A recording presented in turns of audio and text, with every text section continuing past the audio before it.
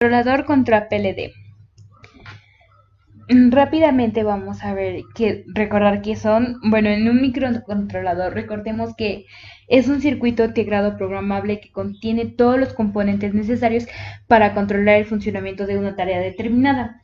Por otro lado, los PLDs, que, bueno, su nombre en inglés, Programmable Logic Device, que, bueno, traducido al español significa dispositivo lógico programable, son circuitos integrados que ofrecen a los diseñadores en un solo chip un arreglo de compuertas lógicas y flip-flops que pueden ser programados por el usuario para implementar funciones lógicas y así de una manera más sencilla reemplazar varios circuitos integrados estándares o de funciones fijas. Por ejemplo, hablando de una FPGA, es como el arreglo de compuertas programable en el campo. Entonces es programable para diseñar e implementar un circuito programable que nosotros deseamos. Y bueno, en este caso hablando,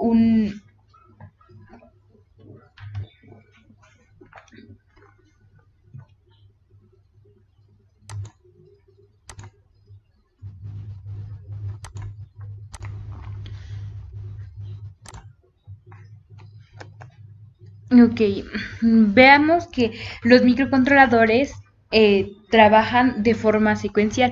Por ejemplo, aquí tenemos los void y aquí, por ejemplo, en este void, lo que pasa es que de esta instrucción se pasa a la siguiente instrucción. Por ejemplo, aquí tenemos el habilitar la instrucción, la bandera, el flanco descendente en este caso y el habilitador de funciones globales.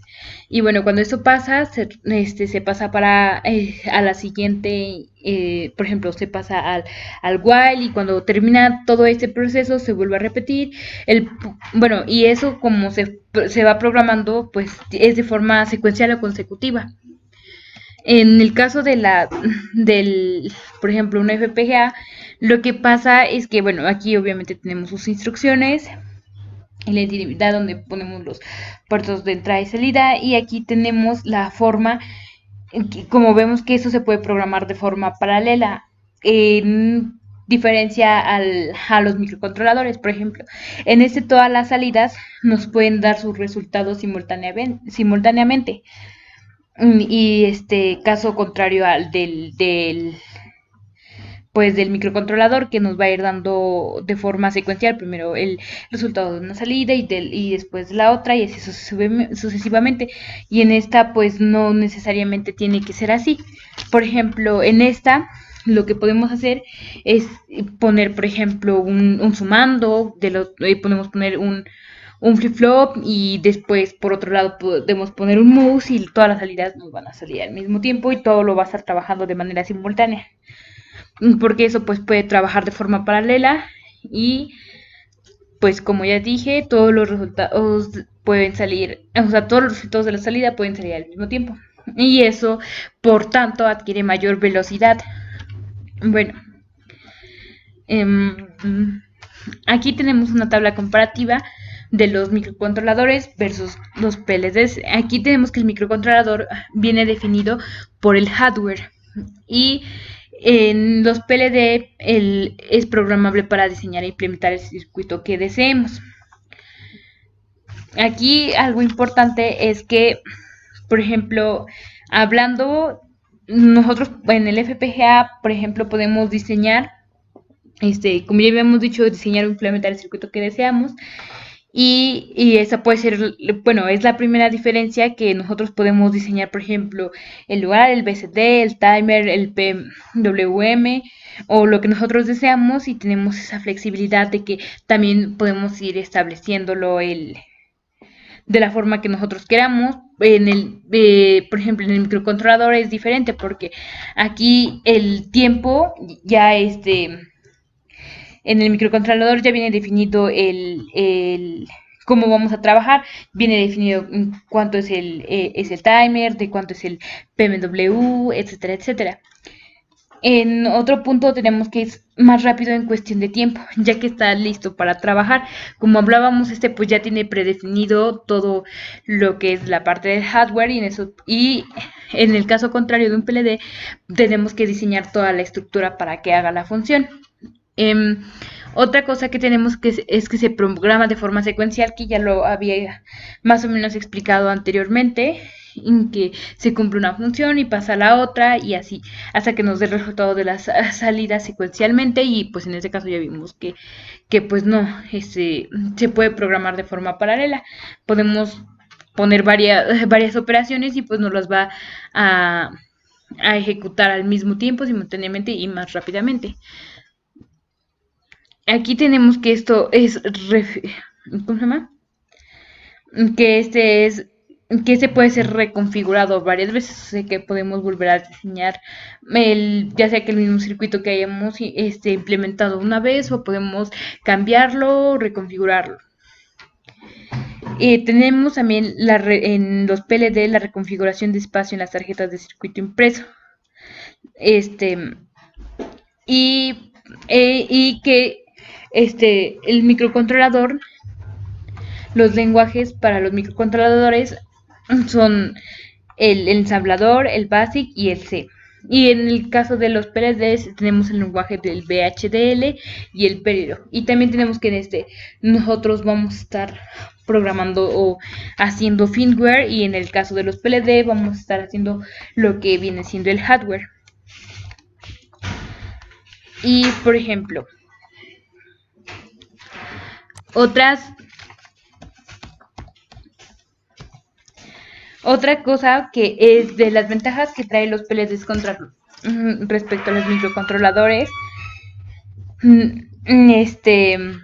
son variadas. Entre ellas, los que considero más importantes son que los PLDs representan menor costo para los fabricantes, que claro, obviamente, una característica que podría ser que los microcontroladores son al consumidor, pues son más accesibles porque rondan entre los 100 pesos, 60 pesos y pues, por ejemplo, hablando de los PLD, si estamos hablando de un FPGA, pues sale de los 900 pesos para arriba.